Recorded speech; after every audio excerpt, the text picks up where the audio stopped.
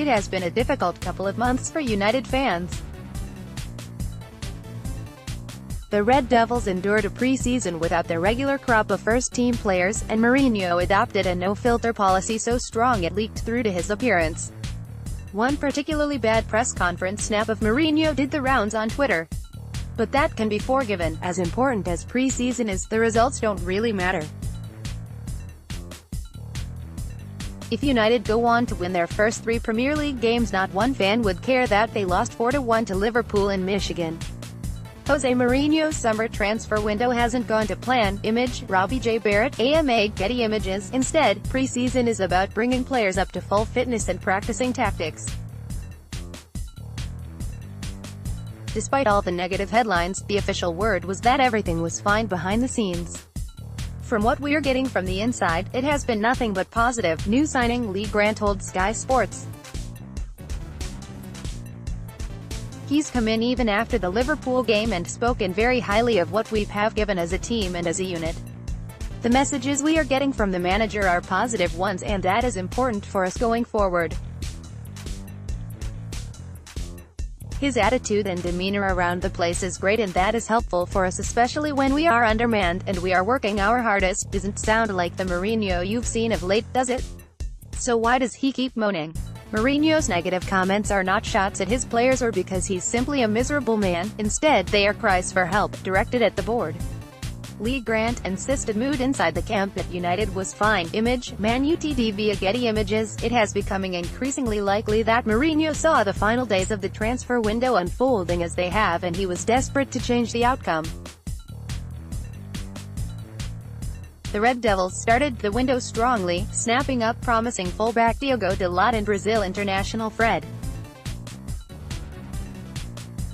Goalkeeper Grant also signed for the club in a move that proved baffling to most but allowed Joel Pereira to go out on loan for regular football and Sergio Romero to continue his recovery from injury.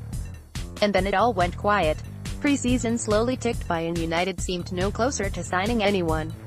"One thing is what I would like," Mourinho told ESPN. "Another thing is what is going to happen. I would get 2 more players." Those comments came 2 weeks before transfer deadline day, and the message was clear. Put pen to paper, Fred signs for United. Image, manutd.com. Yet the days passed with little of note, until, in the final few days when United's transfer window descended into a farce.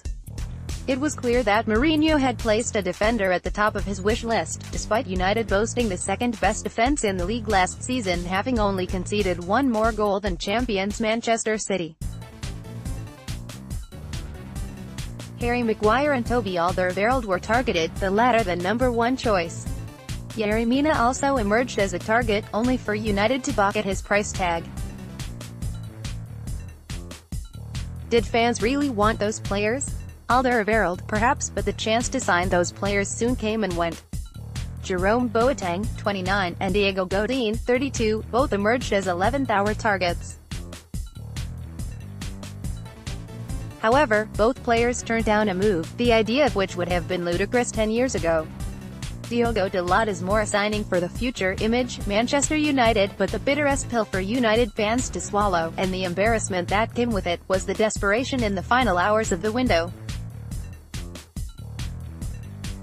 Kurt Zouma, who was relegated with Stoke last season, and who can't get into Chelsea's side for love nor money, emerged as United's final throw of the dice. Had this great club really sunk that low? The market closes today. "It is time for me to stop thinking about the market," Mourinho said as the hours ticked by on Thursday. "I am not confident. I have to focus on the players I have in the next few matches." What should have been a window of inspiration in a bid to bridge the gap with City, soon became a farcical non-event. To rub further salt in United's fans' wounds, rivals Liverpool appeared to plug their gaps in style, and in enough time for the club to put their feet up on deadline day and watch the chaos ensue. Mourinho will have to work with what he's got. Image, AFP, with potential deals still alive on deadline day, fans eagerly tuned in hoping for some last-minute action. But instead they were left watching United play out a 1-0 defeat as no signings were made. Rightly, fans began blasting United's desperate chase for a defender as embarrassing. Perhaps the biggest question of all is why United were so focused on a defender and didn't step up their chase for a winger. United's defense is not the most pressing issue, it is creativity in attack that's lacking. Not only that, but Mourinho is left with an unhappy Anthony Martial who has yet to secure a move away. Having seen what Romelu Lukaku can do when he's provided with decent service, as at the World Cup, it's incredible to think the club didn't try harder to sign an out-and-out winger.